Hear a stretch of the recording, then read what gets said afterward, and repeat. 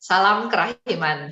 Hari ini kita ketemu lagi dan saya mau ajak Bapak Ibu ngobrol sama salah satu devosan kerahiman ilahi. Orangnya masih muda, cantik, energik, dan banyak sekali aktivitasnya dan juga langkah-langkah ke depan harapan-harapan yang dia ingin capai. Dan untuk lebih jelas, saya undang Ibu Rofi ya untuk kita sama-sama ngobrol pada saat ini. Halo Rofi. Halo Bu Esther, salam Salam kerahiman kerahiman. buat Ibu Esther Apa dan juga kabar? baik buat saudara-saudari semua juga salam kerahiman. Nah, sebelum kita ngobrol lebih lanjut, saya ingin Rofi memperkenalkan diri dulu. Rofi tinggal di mana, paroki dari mana, dan juga barangkali cerita tentang keluarganya sedikit. Iya, baik Bu Esther, terima kasih. Bapak Ibu, saudara-saudari yang terkasih, saya seperti pada umumnya ya, keluarga pasti punya satu orang suami untuk selama-lamanya dari Tuhan, dan kami dianugerahkan satu orang putra. Saat ini sudah baru masuk kuliah. Saya dari paroki Bernadette, gereja Paroki Ciledug, Gereja Santa Bernadette. Seperti itu, Wester.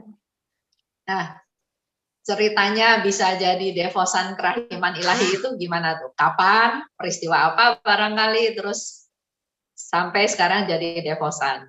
Ya, baik Bu Esther. Sebelumnya saya juga mau cerita sedikit Bu Esther bahwa saya waktu kecil itu dididik sama orang tua saya memang tidak terlalu religius seperti itu. Tapi puji Tuhan dengan perkembangan waktu itu Roh Kudus yang tuntun. Jadi saya dibaptis dewasa, anak-anak sih, kelas 4 SD, Ya. seperti itu. Jadi papa saya tuh dulu suruh saya pertama ikut Legio Maria. Waktu itu saya masih SMP kelas 1, lagi seneng-senengnya main, boro-boro mikirin kegiatan gereja, apalagi hari Ya. Minggu itu hari kesukaan saya nonton film Doraemon. Oh. Kalau Legio Maria tuh dulu jamnya sama dengan jam film Doraemon itu, saya ingat. Nah, tapi ya memang udah kehendak Tuhan, ayah saya yang push saya untuk ikut Legio Maria karena waktu papa saya sakit di rumah sakit, itu sakit cukup aneh, kena unknown virus, tapi zaman dulu belum ada COVID. Nah, itu bisa sembuh gitu. Terus waktu di rumah sakit papa saya dikunjungin sama anak-anak remaja dan ternyata anak-anak remaja itu anak Legio Maria. Jadi begitu papa saya sembuh, papa saya suruh saya ikut Legio Maria, pokoknya harus cari di gereja ada Legio Maria, ikut. Nah, saya kan bingung, saya nggak menggereja saat itu. Tapi tiba-tiba minggu depannya, Bu Esther, jadi jarak waktunya tuh nggak lama. Tiba-tiba ada yang nggak lama, tiba-tiba ada yang ngunjungin saya dari BINUS. Itu jadi berarti udah kakak kelas saya ya, kan saya masih SMP. Itu ngajakin untuk ikut Legio Maria. Jadi ya udah, saya waktu dulu terpaksa ikut. Nah, tapi Tuhan bimbing saya terus. Nah, kalau devosi kerahiman itu saya ikut waktu anak saya itu SD kelas 1 kalau nggak salah. Pertama ikutnya itu karena diajak oleh teman waktu itu, Tante Tin Firdaus, ajak saya di rapat perdana pembentukan komunitas kerahiman ilahi di MBK. Nah, saat itu tugas saya cuma dengerin dan catat. Jadi saya tukang catat terus dari dulu memang Bu Esther. Nyatet mulu. Nah, di situ saya nanya visi misinya apa. Setelah mengetahui visi misi dari berdevosi kerahiman, itu hati saya tersentuh. Karena saya waktu itu juga baru lulus KEP. Jadi hati saya tuh lagi berkobar-kobar, kayaknya pengen melakukan sesuatu buat Tuhan Yesus, pengen menyenangkan hati Tuhan, pengen selalu deket gitu. Apa nih wadahnya? Ternyata lagi-lagi Tuhan baik melalui ya sesuatu yang nggak dipikirkan sebelumnya. Tiba-tiba ada Tante Tin ngajak untuk mengenal devosi kerahiman. Nah, misinya saya sangat tertarik itu loh Bu Esther. Itu Ada kalau nggak salah tahun doa. berapa ya Rofi? Mungkin Oh tahun iya, 2004, tahun 2005? 2005 ke 2007 lah gitu. Seperti itu teman-teman. Nah, di situ Kayaknya saya 2005. 2005 Karena ya. karena saya pun Iya. jadi aktif atau jadi terlibat di dalam organisasi kelompok kerahiman ilahi pun gara-garanya Ibu Tin. Iya, Jadi saya Ibu ingat. Tin itu kalau nggak salah ceritanya kenapa akhirnya juga masuk ke dalam aktivitas di devosi kepada kerahiman ilahi. Iya, betul Bu Esther. Kita pertama kali saya kenal Bu Esther, ya di situ juga ya Bu ya. Terus Nah, cuma semakin kita lama belum belum intens, iya. iya, Nah, intens-intensnya itu Bu Esther, kan terus berlanjut nih dari MBK gitu kan. Udah iya, gitu saya ingat tahun 2011 itu saya diajak sama Ibu Yeni Umbas, dan teman-teman untuk pelayanan mewartakan devosi kerahiman ilahi ke NTT. Itu di Manggarai Barat sampai Manggarai Timur. Nah, ini juga Tuhan menjawab doaku loh Bu Esther. Karena, oh, dulu itu Bu Esther waktu sejak jadi devosan kerahiman ilahi, karena misinya itu banyak mengajak untuk berdoa, doa buat jiwa-jiwa di purgatorium, biarawan-biarawati, dan yang sangat menarik berdoa untuk orang berdosa gitu.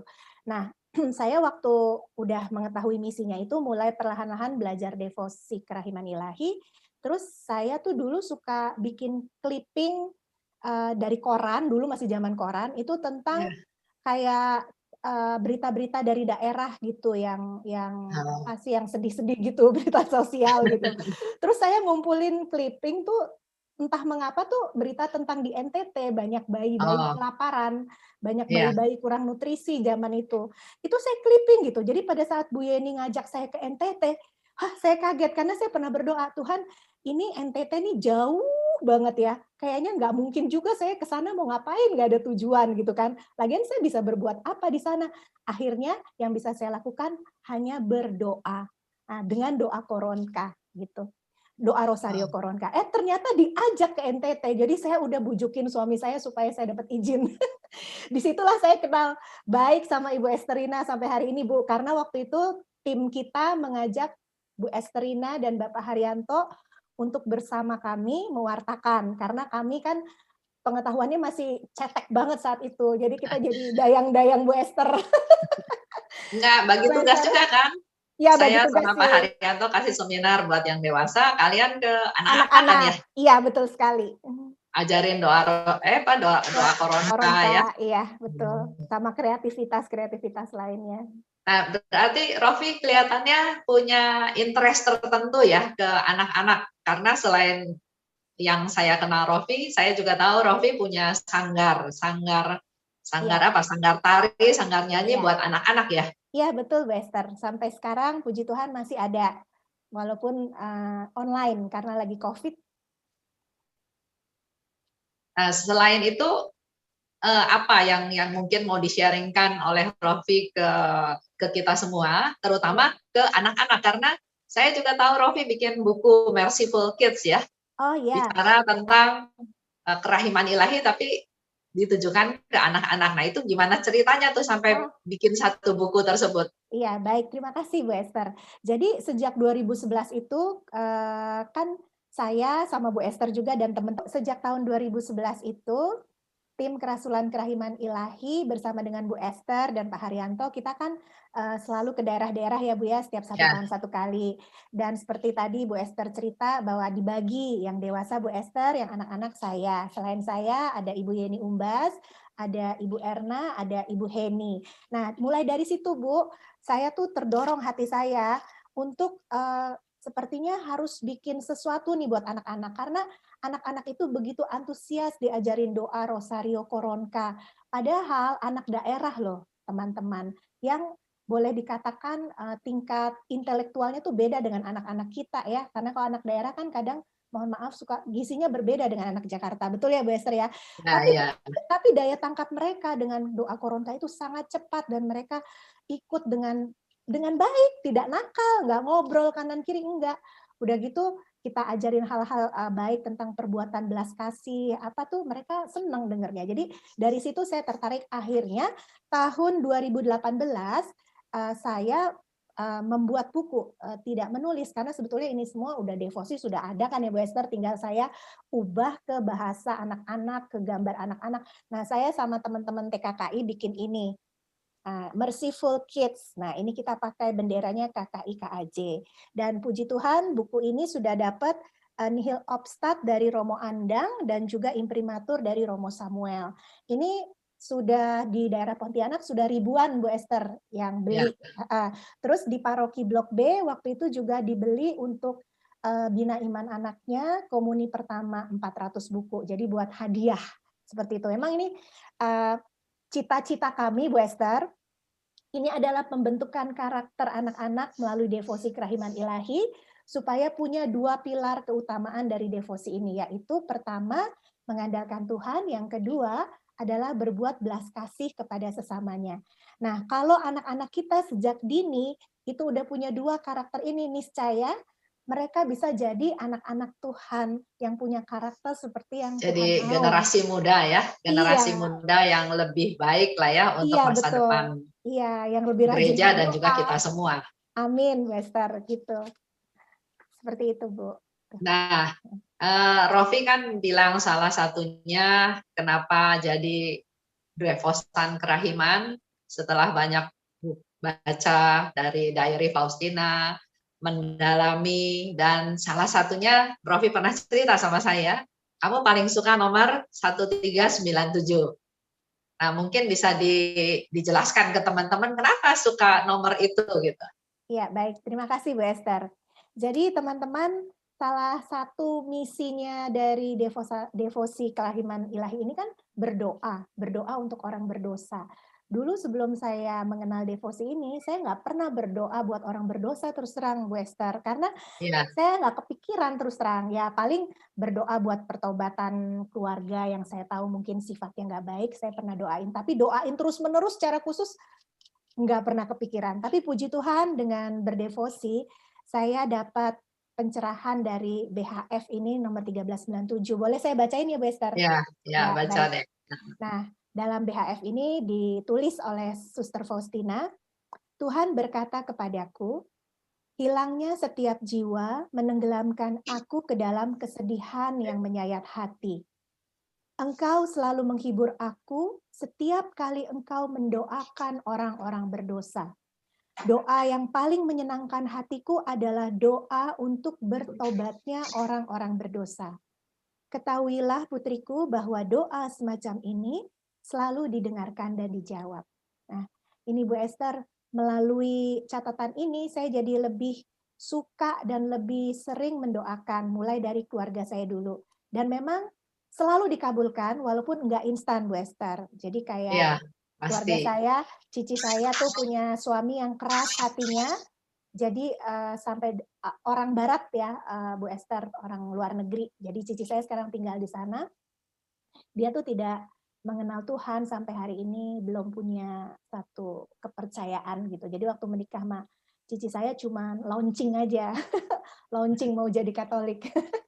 Setelah itu kembali ke kehidupan biasa. Nah, itu cukup membuat sedih hati cici saya. Kebetulan saya sangat dekat, jadi sering ngobrol. Saya bilang sama cici saya, yuk kita doain doa Koronka supaya hatinya suaminya bisa jadi lembut, bisa jadi baik sama dia gitu. Dan puji Tuhan banyak sekali perubahan, Bu Esther, sampai hari ini. Mudah-mudahan suatu hari nanti saya bisa mendengar kabar. Ya, ya memang ya Rofi, apa yang kita harapkan memang pasti nggak langsung dikabulkan Tuhan, tapi yakin, yakin Tuhan pasti kabulkan. Cuma waktunya ya waktunya Tuhan. Nah, terutama untuk suaminya, cicinya Rofi ya, nggak usah takut, nggak usah khawatir, pasti terkabul. Karena memang Yesus datang untuk orang-orang berdosa supaya mereka juga memperoleh kerahiman Tuhan. Sama seperti Santa Monica. Dia juga doa 30 tahun baru terjadi atau doanya itu seolah-olah baru dikabulkan Tuhan setelah 30 tahun. Nah, ini menjadi PR buat kita semua untuk semakin sungguh-sungguh berdoa, semakin murni doa kita, semakin kita juga jadi makin dekat sama Tuhan kan ya. Kalau Ya, kita punya problem, kita punya masalah, kita punya harapan, kita datang pada Tuhan, kita berdoa pada Tuhan, otomatis makin dekat. Bahkan kalau pengalaman saya, doanya A, nanti Tuhan malah kabulin yang urusan B, C, D yang lain. Tapi itulah kerjanya Tuhan, misteri yang dari Tuhan memang luar biasa. iya Bu Esther. Nah, Lucu mungkin banget. ada pesan apa, Rofi mau buat teman-teman semuanya setelah sekian tahun menjadi devosan, mungkin ada suka duka yang mau diceritakan atau harapan Rofi untuk kita semua lah. Iya, baik. Terima kasih Bu Esther. Jadi saya mungkin mau menyampaikan harapan ya, Bu Esther ya. Ya, Karena dalam devosi kerahiman ini kita belajar banyak tentang kata harapan itu. Kita sungguh-sungguh berharap sama Tuhan, menjadikan Tuhan itu satu-satunya andalan dalam hidup kita. Jadi harapan saya adalah kita semua yang berdevosi kerahiman ilahi, makin hari makin bisa rendah hati. Karena ya, kalau kita belajar, kita baca BHF, buku harian Faustina, itu Santa Faustina sangat rendah hati. Bahkan ada satu nomor, Bu Esther, yang sempat saya baca, itu Santa Faustina itu mengatakan kepada Tuhan bahwa semuanya sudah diberikan kepada Tuhan, segalanya seperti itu.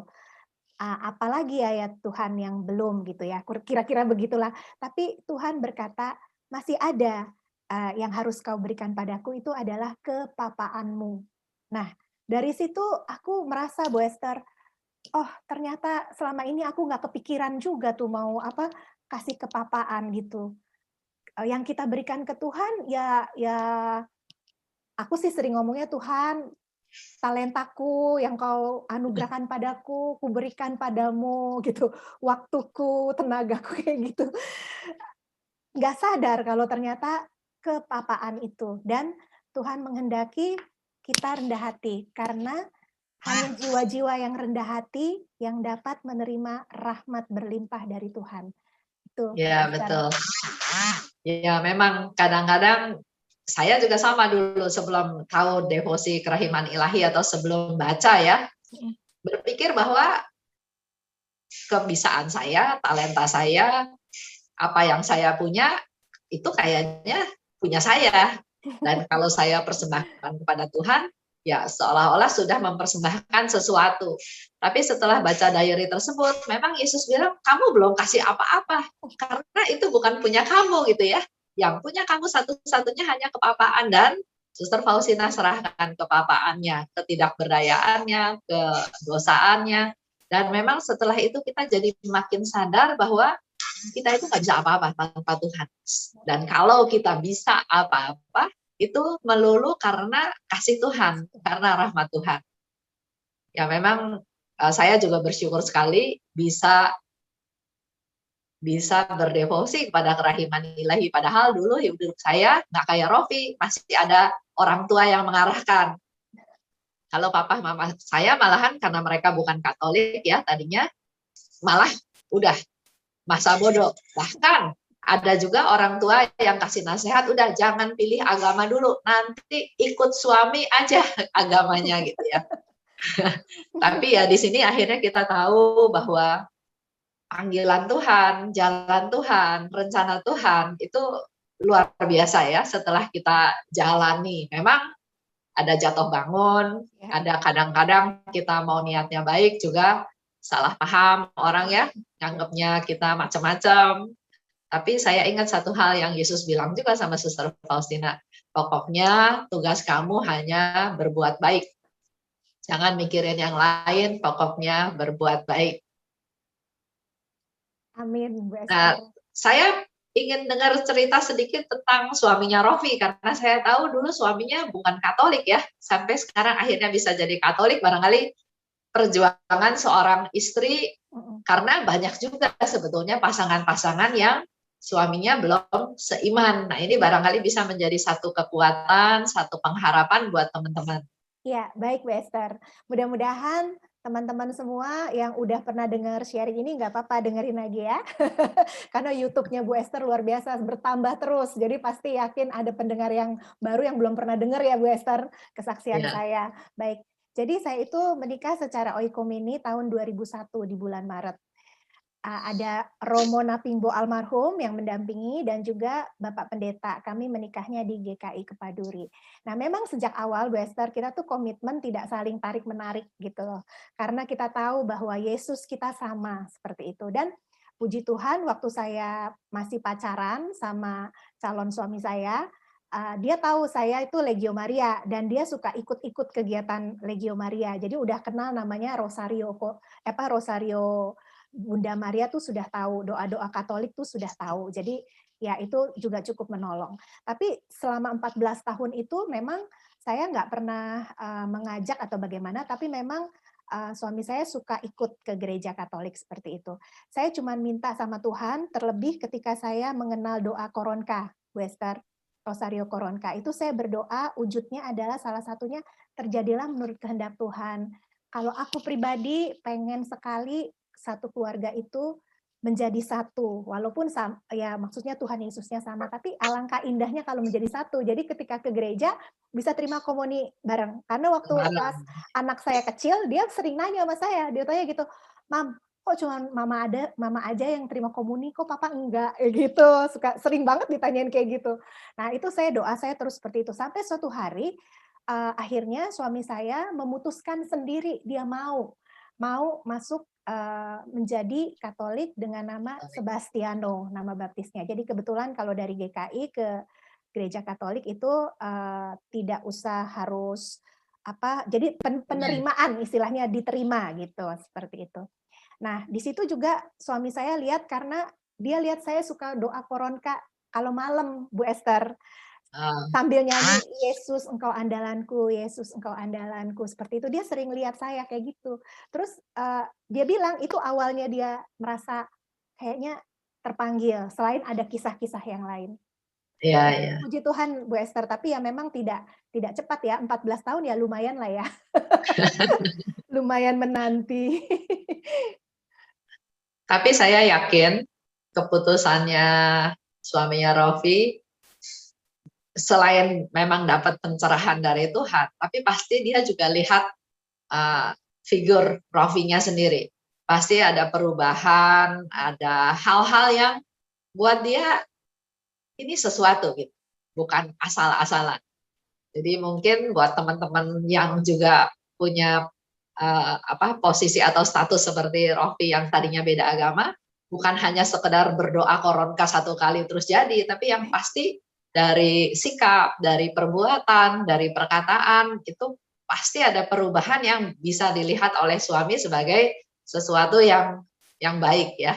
Sehingga Amin. dia sendiri punya ada keputusan seperti itu. Iya, puji Tuhan, Bu Esther, Ya. betul. Jadi sekarang udah nggak ada pertanyaan ya dari anaknya. Udah nggak ada. Udah berdua Iya, nyambut komuni ya. betul banget. Senang banget, Bu Ya Esther. Rofi, terima kasih Oke, sudah baik. ngobrol-ngobrol banyak. Semoga apa yang kita sharingkan, kita ngobrolin hari ini bisa juga memberikan satu masukan, satu kekuatan, satu hal yang baru buat teman-teman semua para devosan kerahiman. Supaya mereka juga makin teguh, makin mengandalkan Tuhan, dan tadi pilar satu lagi ya, berbelas kasih kepada sesama. Terima Amin. kasih Rofi. Sama-sama Bu Salam Esther, kerahiman. senang sekali bisa berbincang-bincang. Salam kerahiman. Salam kerahiman buat semuanya. Ya itulah obrolan hari ini dengan Rofi. Mari kita juga yang sudah dikuatkan, yang sudah mendengarkan sharing dari Rofi, juga tergerak seperti Rofi punya kecintaan berdoa untuk orang-orang yang berdosa. Dulu saya juga masa bodoh sama orang berdosa, malah kadang-kadang kalau dia berdosa ya syukur kalau ngalamin sesuatu. Tapi sekarang ternyata enggak, justru kalau mau senengin hati Yesus, justru berdoalah buat orang-orang berdosa. Semoga kita semua makin mencintai Tuhan dengan banyak-banyak berdoa buat orang yang berdosa. Dan satu lagi saya juga harap kita semua berdoa supaya buku Merciful Kids yang sudah dibuat Rofi semakin banyak diminati oleh para orang tua, supaya mereka juga mau memberikan, membagikan, menceritakan kepada anak-anaknya, supaya menjadi anak-anak yang dikasihi Tuhan, dilindungi oleh Tuhan. Amin. Sekali lagi terima kasih atas segala hal yang sudah Tuhan berikan kepada kita semua. Tuhan memberkati, salam kerahiman. Amin.